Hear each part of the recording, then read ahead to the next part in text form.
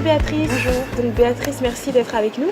On fait un focus sur les femmes entrepreneurs. C'est bientôt la journée de la femme, donc les femmes sont à l'honneur.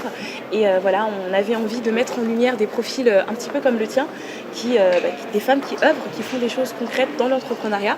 Donc déjà, premièrement, je vais te laisser te présenter à nous. Dis-nous tout. Alors bonjour, je m'appelle Béatrice Delpierre, je suis la créatrice de la marque Habillez-moi que j'ai créée depuis 3 ans. Mon parcours professionnel avant était complètement différent. J'ai 47 ans, donc j'ai eu 20 ans d'expérience professionnelle dans l'immobilier. J'ai fait beaucoup de choses, de l'opérationnel, du montage d'opérations. Et en 2012, j'ai décidé de créer ma première structure dans l'immobilier. Et puis après, on est pris par le virus entrepreneurial et j'ai créé Habillez-moi en 2014. Donc aujourd'hui, vous proposez donc du prêt-à-porter pour des femmes qui ont une morphologie spécifique, c'est ça, qui n'est pas standard du moins.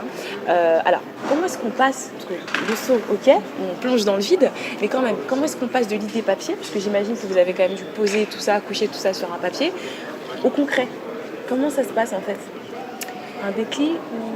Non, c'est, en fait, ça s'est fait progressivement. Dans la progression. Je pense qu'il faut se lancer.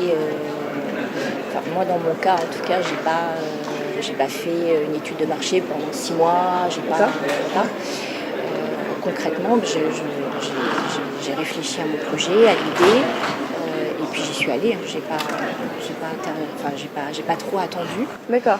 Donc comment ça s'est passé concrètement, puisque vous êtes donc autodidacte, vous l'avez dit, vous n'aviez pas forcément d'antécédents dans le milieu de la mode, donc vous êtes entouré de qui principalement? On s'entoure de qui quand on veut aller dans un domaine qu'on ne connaît pas? Vous avez été voir des créateurs, vous avez été voir des stylistes? Comment... Oui, donc je me suis entourée de personnes compétentes, sachantes, et ça ne suffit pas, parce que je suis vraiment sur un marché spécifique. Aussi. J'ai surtout interrogé ma cible potentielle. Okay. Je suis allée vraiment sur le terrain. D'accord, sur le terrain en direct. Alors, donc aujourd'hui, ça fait 3 ans que l'aventure a débuté. Vous avez donc quand même un recul. On va revenir bien sûr sur les éventuelles choses que vous ne feriez pas comme vous les avez faites, voilà, ou les petites erreurs que vous ne referiez pas, en sachant qu'il n'y a pas d'erreur dans l'entrepreneuriat. On dit qu'il n'y a que des expériences. Voilà ce qu'on dit. Mais tout de même, quand vous en avez parlé à votre entourage, quelles ont été les réactions principales? On dit que quand une femme entrepreneur, quand une femme veut se lancer dans l'entrepreneuriat, elle aurait a priori plus de réticence de son entourage, parce que effectivement une femme, ça reste quand même notamment dans une famille, un pilier, et de là à ce qu'elle se lance, qu'elle fasse du saut à l'élastique, est-ce qu'on pourrait maintenir quand même un équilibre d'un point de vue familial, d'un point de vue, comment ça s'est passé au niveau de l'entourage? J'ai été on m'a pas comprise du tout en fait. C'est-à-dire? On m'a dit que j'étais complètement que c'était une folie, que c'était peut-être mieux de rester dans mon domaine d'activité. Donc de poursuivre, de faire de l'entrepreneuriat mais dans l'immobilier? C'est ça. D'accord. Rester dans mon domaine d'expertise, ne pas sortir du cadre, etc. D'accord. Voilà. Après, j'ai le soutien de mon conjoint, parce que sinon je ne serais jamais arrivée. Mais c'est vrai que dans l'entourage proche, ça suscitait à la fois de la curiosité, mais aussi beaucoup de... En fait, je pense que rétrospectivement, ils projetaient leur propre peur sur mon idée ou sur mon projet. Mais je ne pense pas qu'il y avait c'était plutôt bienveillant, mais en même temps très... Oui, ça n'a pas été un accueil génial, continue comme ça, etc. C'était vraiment, non, tu ne devrais pas, quand tu ne restes pas dans ton domaine d'activité, tu gagnes bien ta vie, voilà. D'accord. Donc ça, c'est dans l'entourage. Ensuite, par rapport aux autres acteurs qui gravitent autour du monde de l'entrepreneuriat, donc vous l'avez dit, vous vous êtes entouré des sachants, des créateurs, vous avez été voir des designers, voilà. Comment est-ce que ces personnes-là ont pris votre projet, en sachant que vous êtes... dans votre condition de femme, est-ce qu'on est plus facilement prise au sérieux quand on est une femme? Est-ce qu'il y a plus de réticence? Est-ce qu'on inspire confiance? Comment vous avez ressenti toutes ces choses-là? En fait, je dirais qu'il y a 2 choses. La première, c'est que je ne me sentais pas légitime puisque je n'avais pas cette expertise de départ. D'accord. Et la deuxième chose, je ne l'ai pas vraiment ressenti parce que comme j'ai travaillé préalablement dans un domaine d'hommes, Ok. je pouvais me dire oui parce que je suis une femme, D'accord. voilà, ça va être moins bien accueilli. C'était pas vraiment ça, c'était plus ma légitimité par rapport au métier. D'accord. Et le fait d'être une femme, même si c'est pas forcément un atout, j'ai appris à le rendre comme un atout. D'accord. C'est-à-dire au niveau commercial, au niveau... dans vos négociations voilà, commerciales. exactement. Donc du coup, c'est plus facile. Vous arrivez en tout cas à tourner cette... Je dis pas que c'est plus facile, mais je pense qu'il faut vraiment le voir comme un atout d'être une femme en fait. D'accord. Pas comme une difficulté ou comme quelque chose de difficile. On a vraiment des atouts en tant que femme. Ouais, dites-nous en plus. Par exemple. Au niveau de négociation, par exemple, comme souvent les fournisseurs, les fabricants sont des hommes, je trouve que voilà, le fait d'apporter une petite touche dans une négociation qui est une femme autour de la table, ça peut susciter l'intérêt ou la curiosité et jouer sur cette curiosité-là pour pouvoir être force de proposition.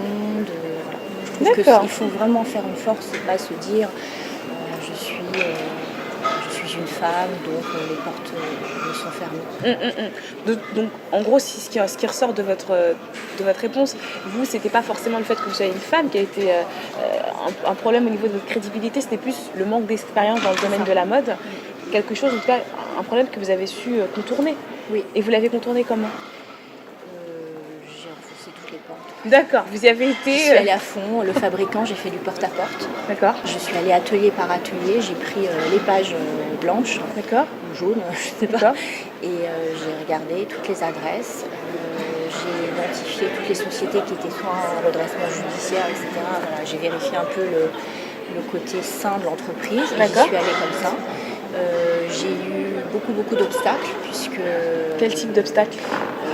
Vous n'êtes pas une société connue, on ne vous connaît pas, pourquoi on travaillerait avec vous ? Ah oui, c'est-à-dire que même eux, à leur niveau, dans la sélection de leurs partenaires, ils ont une exigence. Oui, parce qu'ils ont peur de ne pas être payés. D'accord. Parce que le textile est quand même extrêmement sinistré depuis 2008. Oui. On était à l'époque en 2014. D'accord. C'était encore assez compliqué. Et donc vous avez réussi à trouver des partenaires qui vous ont fait confiance ? Qui me fait confiance et avec lequel je travaille toujours. D'accord. Oui. Et comment ça se passe du coup ? Donc, vous travaillez en collaboration pour tout ce qui va être la création des modèles ? C'est ça. Création, construction de la collection et fabrication en Ile-de-France. D'accord. Donc 3 années se sont écoulées depuis les débuts, depuis la mise en place de vos partenariats, depuis le fait de devoir convaincre et son entourage et les autres professionnels. Aujourd'hui, avec le recul que vous avez, qu'est-ce que vous diriez en vous retournant ? Quelles seraient les choses que vous ne referiez pas comme vous les avez faites à l'époque ? M'entourer beaucoup plus vite de personnes, de mentors, de personnes qui peuvent vraiment vous booster au niveau du développement de la société. D'accord. N'ayant pas de réseau du tout, c'est vrai que c'était très compliqué. Et ça, c'est vraiment rétrospectivement, même si on n'a pas la chance d'avoir le réseau au départ, enfoncer des portes aussi à ce niveau-là. Parce que la solitaire de l'entrepreneur, et en plus entrepreneur féminin, est vraiment réelle. D'accord. C'est très difficile. Ça, c'est une condition qui est réelle. On est d'accord que c'est pas un mythe. On est d'accord que l'entrepreneur qui n'est pas entouré, l'entrepreneur féminin du plus, c'est très compliqué. Oui. Parce que du coup, vous en parlez avec d'autres femmes entrepreneurs qui ont le même ressenti ? Oui. Justement, en parlant de ça, vous, donc finalement aujourd'hui, vous avez vu que c'était une grosse difficulté d'être seule. Vous vous entourez maintenant, est-ce que vous travaillez en cohésion, en fédération avec d'autres femmes entrepreneurs, des coachs, des mentors ? Alors je fais partie de groupes, de groupements d'associations. D'accord. Il y a énormément de choses qui se développent. Même en 2014, il n'y avait pas autant de choses que maintenant. D'accord. De réseaux, de femmes entrepreneurs, de choses comme ça. Mais vous êtes d'accord ? Il n'y a pas un réel engouement pour l'entrepreneuriat au féminin ? On s'intéresse beaucoup au sujet. Il faut savoir qu'en 2013-2014, il y avait moins de 20% de femmes entrepreneurs, c'était même pas 10%. Et même dans les sociétés salariées, au comité exécutif, il y a très peu de femmes. D'accord. Donc, de toute façon, c'est un sujet qui a toujours intéressé et qui aussi est porté aujourd'hui par les différents gouvernements. D'accord. C'est un vrai enjeu de la place de la femme dans notre société. D'accord, d'accord. Donc aujourd'hui, vous travaillez, donc vous faites partie en tout cas d'associations d'entrepreneurs, de femmes entrepreneurs également, et c'est ce qui vous permet en tout cas d'évoluer en vous entourant au maximum. Alors justement, l'Organisation internationale de la francophonie organise le 8 mars, vous savez, c'est enfin notre journée le 8 mars, la journée de la femme, et donc il y aura le lancement officiel d'une plateforme qui sera donc, dont le but sera voilà, fédérer des femmes entrepreneurs dans les connexions, dans l'échange, le parcours, les expériences. Quel regard vous portez sur cette initiative au vu de votre expérience, justement, au vu de votre parcours? Je trouve que c'est comme la Saint-Valentin, le 8 mars, ça devrait être tous les jours la journée de la femme et Merci. pas juste une journée, ça devrait être 364 jours par an.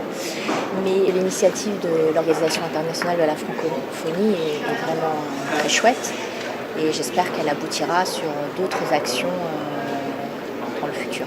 Oui, parce que c'est vrai qu'on est, en plus, quand on est dans le cœur de son métier, un petit peu comme vous êtes voilà, dans votre petit écosystème français, j'ai envie de dire, mais c'est vrai que la francophonie, c'est une zone qui est quand même incroyablement grande et importante. Donc peut-être que vous pourriez avoir un nouveau partenaire, je ne sais pas, en Afrique centrale, enfin, dans toutes les zones de la francophonie finalement. Donc c'est aussi une zone qu'on exploite peu quand on est entrepreneur, on se focalise vraiment sur son marché. Exact, alors qu'effectivement il y a pas mal de choses à faire. Alors un grand merci en tout cas pour cet échange. Votre parcours il est juste magnifique, comme quoi on peut se lancer et faire du saut en parachute même dans un domaine qui n'est pas le nôtre et voilà, être là 3 ans plus tard avec des partenaires, des collections, une vraie chaîne de production en tout cas à son actif. Où est-ce qu'on peut retrouver vos créations? Alors j'ai un site internet, d'accord, c'est www.habillé-du6mois.com. D'accord. Et je suis en boutique également en Ile-de-France et à Bordeaux. D'accord, ok, donc voilà, rendez-vous sur le site internet. Si vous aviez un petit mot à dire à toutes ces femmes entrepreneurs qui nous regardent, qui vous regardent et qui à travers votre parcours se sont reconnues ou éventuellement vivent un petit peu ce que vous avez vécu, qu'est-ce que vous leur diriez? Je vous laisse la caméra. Je dirais 2 mots, oser et savoir s'entourer. Oser et savoir s'entourer. Voilà, donc les mots d'ordre. Merci beaucoup, merci d'avoir répondu à l'invitation. Et puis bien sûr, on se donne rendez-vous le 8 mars pour la journée officielle de la femme. Ça va se passer donc à l'Organisation internationale de la francophonie. Merci bien. Merci.